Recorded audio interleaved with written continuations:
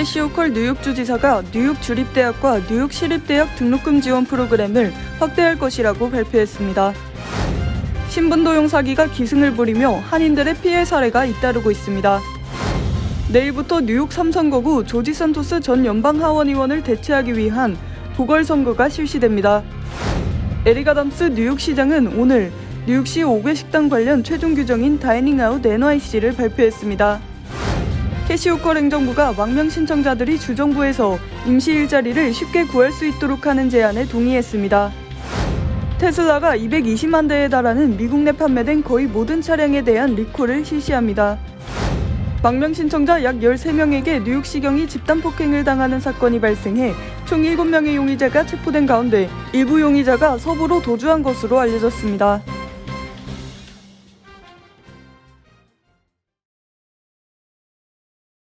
해외에서 자부심을 갖는 가장 좋은 방법은 재외선거를 놓치지 않는 거죠.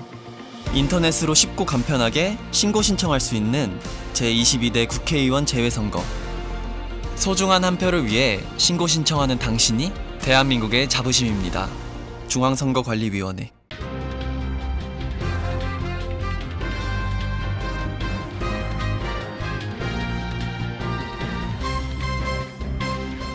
여러분 안녕하십니까? KBTV 뉴스9 이창원입니다. 오늘 뉴욕시 경찰국이 브롱스에 위치한 한 아파트를 급습해 시민들을 대상으로 핸드폰만을 훔쳐온 일당 6명을 검거했습니다. 하지만 이들 중 일부는 지난달 말 경찰관을 폭행해 기소됐다가 보석금 없이 풀려난 망명 신청자인 것으로 파악돼 망명 신청자 범죄율 증가에 대한 우려가 높아지고 있는 상황입니다. 정지원 기자의 보도입니다. 뉴욕시 경찰국은 오늘 최근 몇 달 동안 수십 명의 피해자를 대상으로 핸드폰 강도 사건을 저지른 것으로 추정되는 망명 신청자 6명 이상을 체포했다고 발표했습니다. 뉴욕시경은 오늘 아침 브롱스에 있는 한 아파트를 급습했는데 해당 아파트가 오토바이를 이용해 휴대폰만 노리고 훔쳐온 일당들의 본거지 역할을 해온 것으로 파악되며 이들은 최소 50건 이상의 핸드폰 절도 범죄와 연관이 있는 것으로 전해집니다. 특히 오늘 체포된 일당 중 최소 3명 이상이 지난달 말 경관을 폭행해 기소됐다가 보석 없이 풀려난 용의자인 것으로 확인됐습니다. 엘빈 브래그 맨해튼 지방검사는 타임스퀘어 인근에서 14명의 망명 신청자 무리가 경찰관 2명을 폭행한 사건과 관련된 용의자 가운데 일부가 오토바이를 이용해 시민들의 핸드폰을 훔쳐온 일당인 것으로 파악됐다고 전했습니다. 뉴욕시경이 오늘 발표한 뉴욕시 범죄 통계에 따르면 시 전역의 범죄율은 1월 감소세를 보였지만 강도 사건은 소폭 증가했습니다. 특히 작년 동월 대비 살인 및 강간, 중범죄는 큰 폭으로 감소했지만 강도 사건은 1,345건에서 1,417건으로 5.4%가 급증한 것으로 집계되며 이 가운데 망명 신청자들이 저지르고 있는 강도 사건이 늘어나고 있는 것으로 파악됐습니다. 특히 경찰을 폭행해서 체포된 인물 가운데 4명은 맨해튼 법원에 출석한 뒤 보석금 없이 풀려났으며 이들은 가명을 사용해 버스를 타고 캘리포니아로 도주한 것으로 파악됩니다. 이에 시민들은 맨해튼 검찰을 향해 공권력에 대항해 경찰관을 폭행한 용의자들을 왜 보석금 없이 풀어줬느냐는 비판과 비난의 목소리가 거세지고 있습니다. 경관 폭행 관련 용의자들에 대한 다음 공판일은 3월 4일로 예정돼 있습니다. KBTV 뉴스 정지원입니다. 조 바이든 대통령이 사우스캐롤라이나 주에서 진행된 첫 민주당 대선 후보 경선에서 압승했습니다. 도널드 트럼프 전 대통령에 이어 민주당의 바이든 대통령도 대선 후보 경선에서 후보직을 확정해 나가면서 올해 대선은 바이든 대통령과 트럼프 전 대통령 간 본선 대결로 급속히 재편되고 있습니다. 전장 기자가 전해드립니다. 바이든 대통령은 사우스캐롤라이나 민주당 프라이머리 결과 97%에 가까운 득표율을 보였습니다. 메리언 윌리엄스 후보와 민주당 딘 필립스 하원 의원은 각각 득표율 2.1%와 1.7%를 얻는 데 그쳤습니다. 바이든 대통령의 득표율은 지난달 23일 뉴햄프셔주에서 진행된 비공식 민주당 프라이머리에서 받은 득표율 64%보다 월등하게 높은 것입니다. 바이든 대통령은 성명을 통해 여러분이 우리를 재선에 성공시키고 트럼프를 다시 패배자로 만드는 길로 인도해줬음을 믿어 의심치 않는다고 전했습니다. 언론들은 이날 승리는 사실상 민주당 대선 후보를 결정짓는 대관식을 연상시켰다고 보도했습니다. 민주당 대선 레이스가 바이든의 독주로 시작됐지만 바이든 캠프에서는 특히 흑인 유권자의 마음을 얻고자 고심하고 있는 가운데 이번 경선은 바이든 대통령에 대한 흑인 유권자의 지지도를 확인하는 차원에서도 관심을 받았습니다. 사우스캐롤라이나는 전체 유권자의 26% 정도가 흑인입니다. 장기간 이어지는 고물가, 고금리는 저소득층이 많은 흑인에게 더 타격이 됐다는 분석입니다. AP통신은 흑인 유권자들의 지지율은 바이든에게 대선 승패의 핵심이라며 조지아, 미시간, 위스콘신 등 가장 경쟁이 치열하게 벌어지는 경합주에서 흑인층 지지율을 많이 잃게 될 경우 치명적인 결과를 초래할 수 있다고 전했습니다. NBC 뉴스는 바이든 캠프가 흑인들의 지지를 호소하기 위해 최초의 흑인 대통령 버락 오바마, 흑인 유권자들에게 큰 인기를 끌었던 빌 클린턴 전 대통령과의 별도 행사도 준비하고 있다고 밝혔습니다. 워싱턴 포스트는 바이든 대통령 선거팀의 이번의 큰 승리가 앞으로 치러질 경선에 힘을 불어넣고 트럼프 전 대통령에 뒤지는 것으로 나타나는 여론조사에 대한 당내 의구심도 해소해 주길 바라고 있다고 밝혔습니다. KBTV 뉴스 전상입니다. 가짜 체크 사기가 여전히 기승을 부리고 있는 것으로 파악됐습니다. 지난 한 달 동안 한 한인 커뮤니티 포털 사이트는 가짜 체크로 인해 피해를 입거나 피해를 입을 뻔한 한인들의 사례가 5건이나 게재됐습니다. 계속해서 전상 기자가 전해드립니다. 가짜 체크를 보내고 일부를 송금하라는 체크 사기는 과거부터 계속돼 온 가운데 단기 렌트 세입자를 구하기 어려운 겨울철 렌트 비수기를 맞아 비슷한 수법을 활용한 사기가 다시 유행하고 있는 것으로 나타났습니다. 지난해 12월부터 약 한 달 동안 한인 커뮤니티 포털 사이트에는 가짜 체크로 인해 피해를 입었거나 피해를 입을 뻔한 이들의 사례가 4건에서 5건 올라왔습니다. 수법은 모두 비슷했지만 접근 방식은 다양했습니다. 방학 기간 인턴 혹은 단기 일자리를 알아보는 학생들에게 일자리 제안을 하고 체크로 임금을 일부 선입금하거나 중고거래 웹사이트에서 물건을 구매하는 척하며 가짜 체크를 보내는 등으로 나타났습니다. 특히 온라인 거래를 주로 이용하며 체크 사용이 익숙하지 않은 G세대 직장인 혹은 학생들이 조급한 마음에 쉽게 피해를 입게 될 가능성이 높다는 것입니다. 뉴욕시 맨해튼에 거주하는 20대 직장인 조모 씨는 지난달 한인 커뮤니티 포털 사이트에 거주 중인 방에 단기 렌트 광고를 냈고 현재 한국에 있는데 뉴욕에 도착해서 거주할 장소를 찾고 있다는 여성과 수차례 연락을 주고받았으며 보증금을 체크로 보내겠다는 여성의 요청을 받아들였습니다. 이 여성이 운전면허증 사진까지 전송하자 계약을 결심하고 며칠 후 $1,950인 디파짓 액수보다 $1,050가 많은 $3,000 체크가 도착했는데 여성은 실수로 잘못된 금액을 송금했다며 차액을 돌려달라고 조 씨에게 요청했습니다. 조 씨는 끈질긴 요청에 우선 여성에게 차액을 입금했고 얼마 후 은행으로부터 보증금 체크가 바운스 처리된 것입니다. 이후 여성과 연락이 끊긴 조 씨는 $1,050를 돌려받을 수 없었습니다. 또 브루클린에 거주 중인 한 한인 학생은 학비가 많이 들어가는 상황에서 방학 기간 전문적인 인턴십 제안을 받아 솔깃했다며 지난해 비슷한 피해 사례가 있었다는 얘기를 친구로부터 전해 듣지 않았으면 속수무책으로 당할 뻔했다고 밝혔습니다.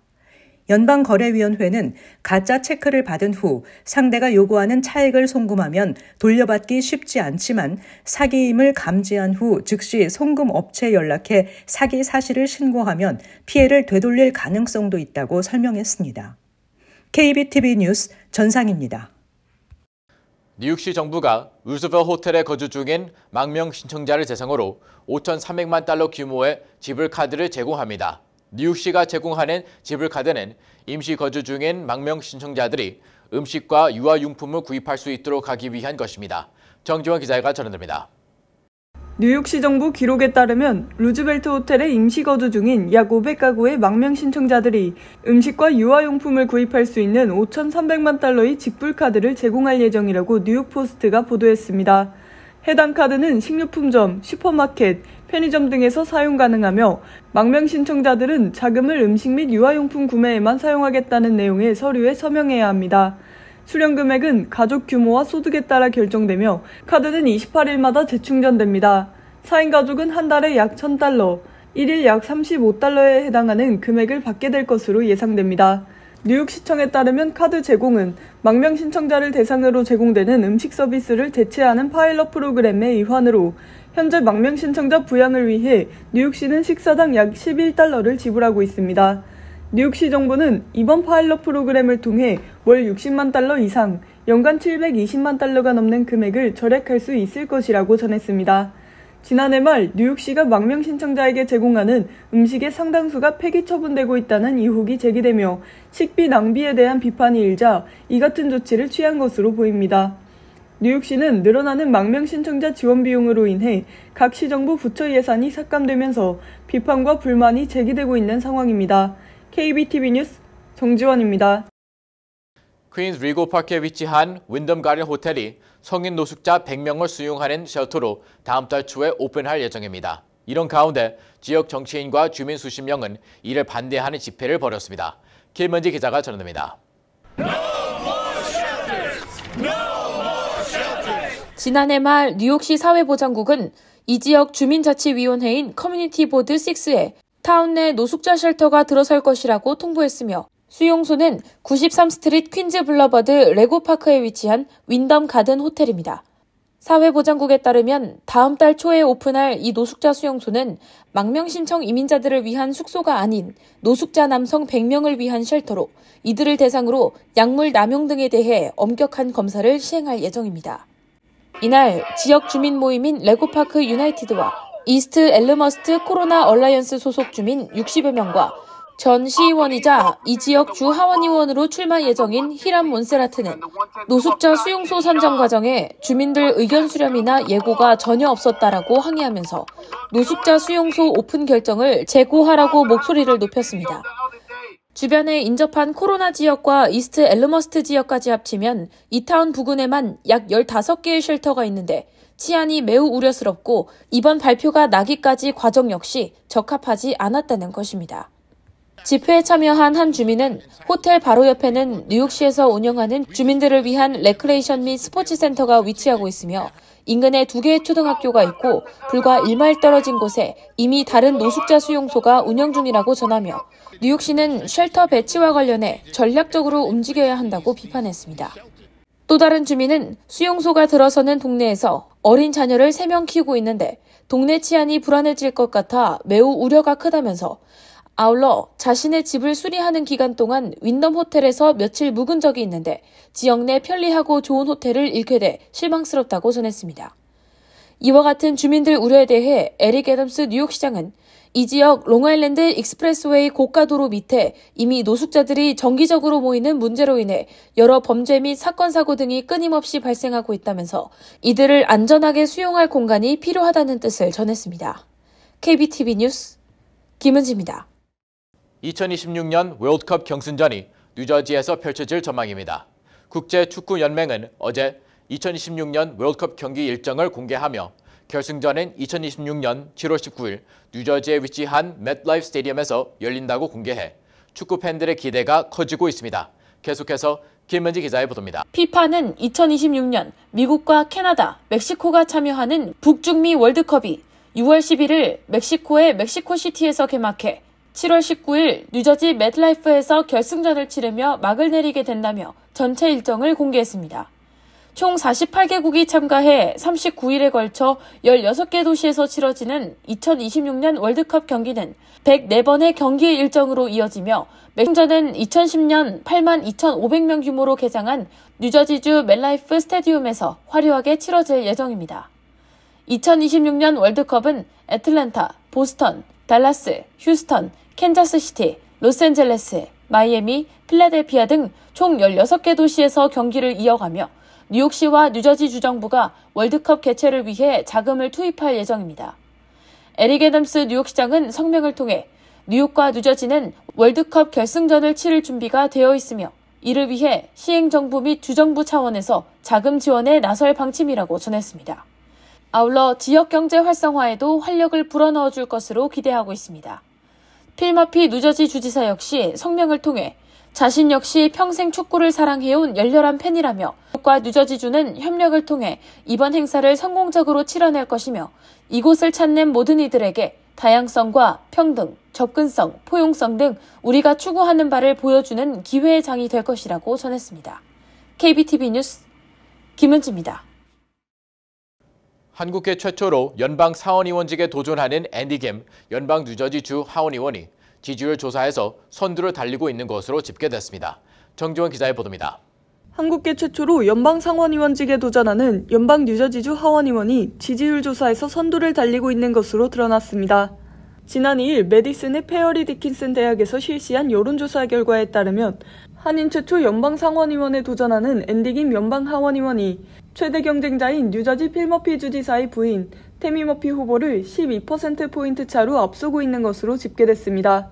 페어리 디킨슨 대학이 실시한 여론조사는 지난달 21일부터 일주일간 민주당 유권자 504명을 대상으로 진행됐으며 김 후보는 32%의 지지율을 기록하며 20%의 지지율을 차지한 태미 머피 후보보다 12%포인트를 앞서고 있는 것으로 나타났습니다.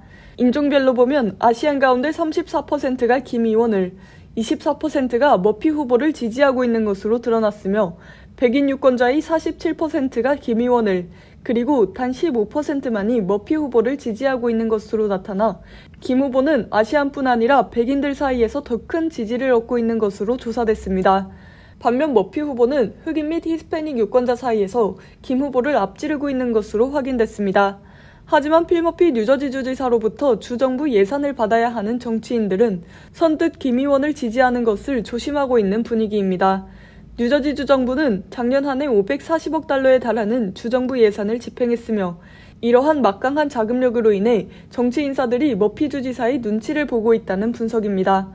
이에 김 의원에 대한 공개적 지지 발언은 조심스러워하고 있는 반면 머피 후보자에 대한 공식 지지는 일식하듯 발표하고 있는 상황입니다. 이에 따라 지지율은 김 의원이 앞서고 있지만 정치자금 모금은 머피 후보자가 크게 앞서고 있는 상황입니다. 머피 후보는 지난 11월 중순 상원의원직 도전을 발표한 직후 각종 병원과 제약회사, 방송국 등으로부터 현재까지 약 320만 달러의 정치자금을 모금했습니다. 하지만 머피 후보자보다 앞선 작년 9월부터 캠페인 자금을 모금한 김 의원은 현재까지 170만 달러를 모금해 머피 후보자의 절반 수준인 것으로 집계됩니다. 김 의원의 정치자금은 대형 기업체 후원보다도 100달러, 200달러에 달하는 유권자 개개인이 현금으로 모아진 정치자금이 대다수인 것으로 집계됩니다. 민주당이 연방상원의원 후보를 결정하는 뉴저지 프라이머리는 4개월 후인 6월 4일에 치러질 예정입니다. KBTV 뉴스 정지원입니다. 제22대 한국 국회의원 선거 투표 참여를 위한 재외선거 유권자 등록 마감일이 얼마 남지 않은 가운데 뉴욕 일원 재외선거 유권자 등록이 저조한 것으로 나타났습니다. 뉴욕 총영사관이 발표한 통계에 따르면 뉴욕 일원 국외 부재자와 재외선거인 신고 신청자는 총 2,422명으로 집계됐습니다. 여기에 영구 명부에 등재된 유권자 1,825명까지 포함하면 총 4,247명입니다. 이는 2022년에 20대 대선의 뉴욕 일원 재외선거인 수 9,123명보다 크게 적은 수치입니다.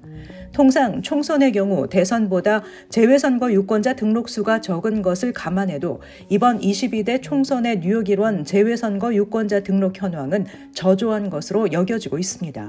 22대 총선 뉴욕 일원 재외투표소는 20대 대선 때와 동일한 맨하탄 뉴욕 총영사관, 퀸즈 베이사이드 KCS 회관, 뉴저지 팰리세이드 파크 뉴저지 한인회관, 뉴저지 테너플라이 KCC 한인 공동회관이 될 것으로 보입니다. 위르겐 클리스만호 한국 축구 대표팀이 뉴욕 시간으로 내일 오전 10시 카타르 아흐마드 빈 알리 스테디움에서 아시안컵 4강전을 요르단과 펼칩니다. 카타르 아시안컵 4강 대진은 일본이 8강전에서 이란에 패하면서 한국과 요르단, 카타르와 이란으로 완성됐습니다. 한국과 준결승전을 치르는 요르단은 2일 진행된 카자흐스탄과의 8강전에서 상대팀 자책골로 1대0으로 승리하면서 사상 처음으로 아시안컵 4강에 올랐습니다. 요르단은 지난 2004년 중국 대회와 2011년 카타르 대회에서 8강에 오른 바 있습니다. 한편 스포츠 전문 방송인 CBS 스포츠 네트워크는 이번 아시안컵 주요 경기를 실시간 중계방송하고 있습니다. 위성방송 채널인 다이렉트 TV 가입자들은 채널 221번을 통해 한국 대표팀 경기를 시청할 수 있습니다. 인파가 몰리는 지하철역의 경비를 로봇 경찰에 맡겨보겠다는 뉴욕시경의 실험이 4개월여 만에 실패로 종료됐습니다. 지난해 9월 뉴욕시 지하철역에 배치된 로봇 경찰은 스스로 작동할 수 있지만 경관 1명과 조를 이루어 배치됐었습니다. 그러나 기대와는 달리 전력 충전을 해야 하는 등 인력 절감 효과가 없었으며 실제 치안 유지에도 별 도움이 되지 않는 것으로 나타났습니다. 또한 이 로봇은 4개의 카메라가 부착돼 360도 주변을 지나는 행인의 모습과 상황 등을 살필 수 있지만 뉴욕시는 인권단체들의 우려를 감안해 안면 인식 기능을 사용하지 않았습니다. 이 때문에 NYPD는 로봇 경찰의 기능을 제대로 활용하지 못했다는 설명입니다. 한인들이 많이 살고 있는 북부 뉴저지 이스트 러더포드에 있는 아메리칸 드림 쇼핑몰은 오는 2월 25일까지 약 한 달여에 걸쳐 음력 설날을 축하하는 풍부한 행사, 축제, 퍼포먼스, 그리고 다채로운 음식이 펼쳐지는 릴레이 이벤트를 개최합니다. 아메리칸 드림은 오는 2월 7일 드림 휠 등불쇼, 10일 설날 2부 오페라 밤, 11일 다채 청소년 교향악단 음력설 음악회, 24일 음력 설날 축제, 25일 정월 대보름 축제 현장 공연, 해바라기 댄스 음악 센터 공동 기념회 등을 개최합니다. 아메리칸 드림은 이와 함께 2월 말까지 쇼핑몰 내 드림 스테이지에서 전통 사자춤 공연, 그리고 현장 밴드 공연 등을 진행합니다. 잠시 후 커뮤니티 브리핑을 전해드립니다.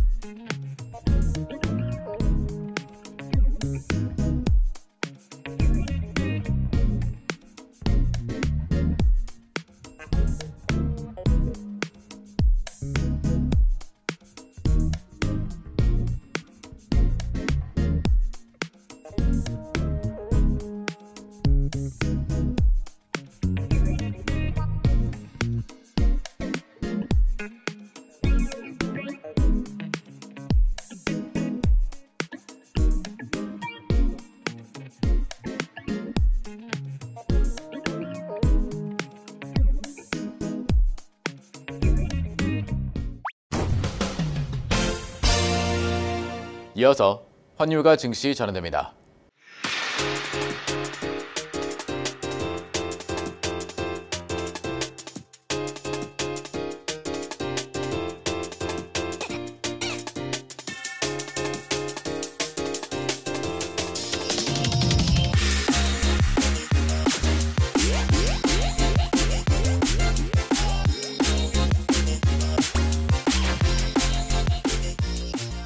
잠시 후 뉴욕과 뉴저지 날씨 전해드립니다.